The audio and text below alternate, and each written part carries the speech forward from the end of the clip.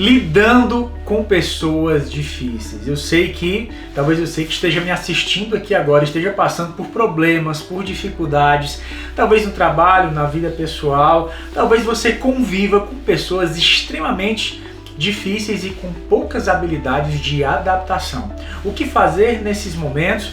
Como continuar com uma boa saúde mental e assim ter um ambiente o mais saudável possível. Bom, se você é novo aqui no canal, considere se inscrever e também acionar o sino de notificação. Isso vai fazer com que a plataforma te informe sempre que houver novos conteúdos. Falando nisso, você já assistiu aí os outros vídeos do canal? A gente tem falado bastante sobre cura emocional, desenvolvimento, e a gente com muito prazer tem produzido todo esse conteúdo. Não esquece de curtir, comentar e compartilhar.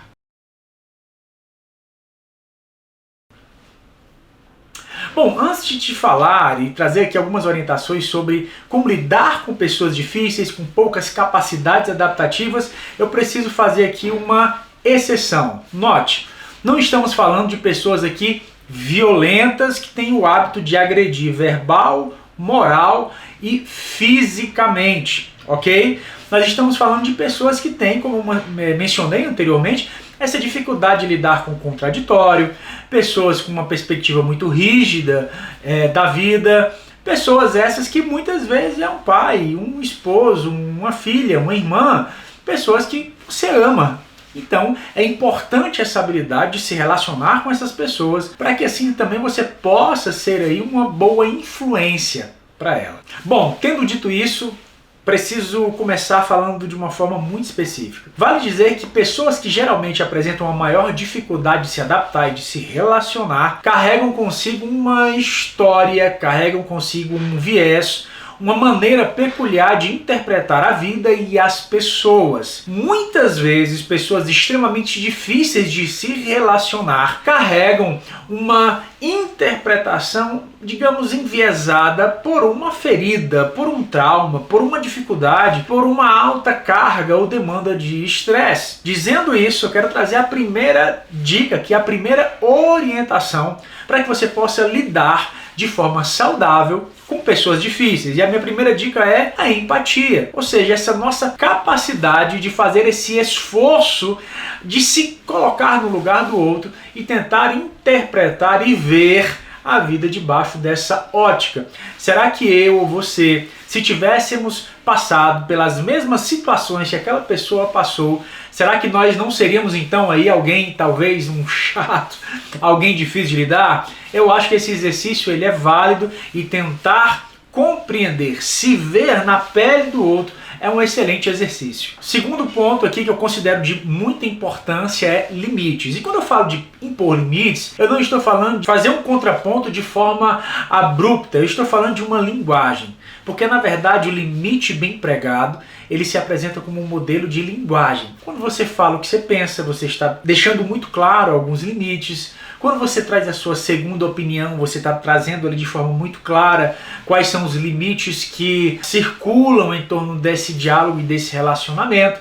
Quando você fala a sua verdade, é uma forma de trazer de uma forma muito clara esse limite.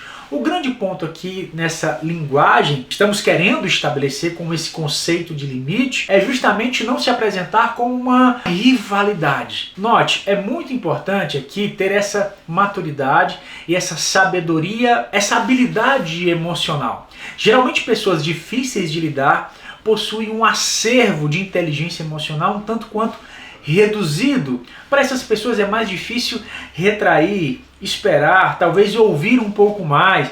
A gente está falando de pessoas um tanto quanto mais, digamos, rígidas. Então, essa linguagem precisa se apresentar com uma certa sofisticação nos tons, nas palavras. Eu não estou falando para você pisar em ovos, mas para que você possa desenvolver a capacidade de observar o conjunto da obra e usar isso a seu favor. Um outro ponto que eu considero muito importante, principalmente lidando com essas pessoas mais difíceis, às vezes pode ser um chefe, um colega de trabalho, ou alguém em um círculo mais distante, que possui de repente um contexto mais distante, não seja especificamente da sua casa, ou talvez aquele primo, enfim.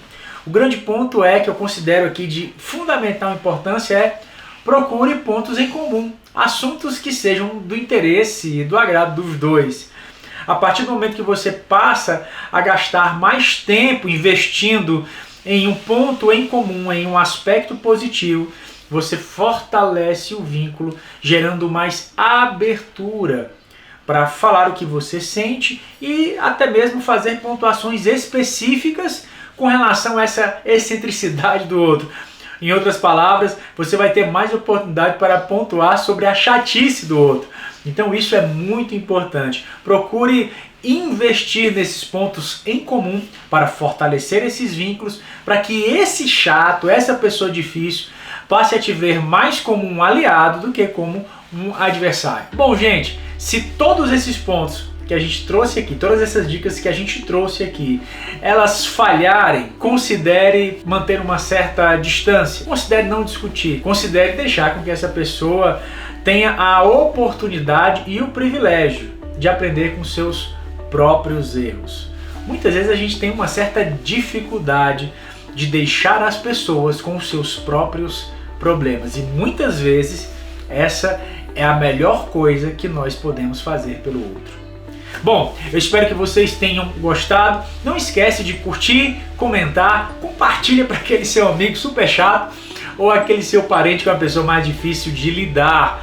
Bom, pessoal, se você não é inscrito, mais uma vez considere se inscrever no canal. Se você tem dúvidas, me procura lá nas outras mídias sociais que eu vou ter prazer em responder. Um grande abraço e até a próxima.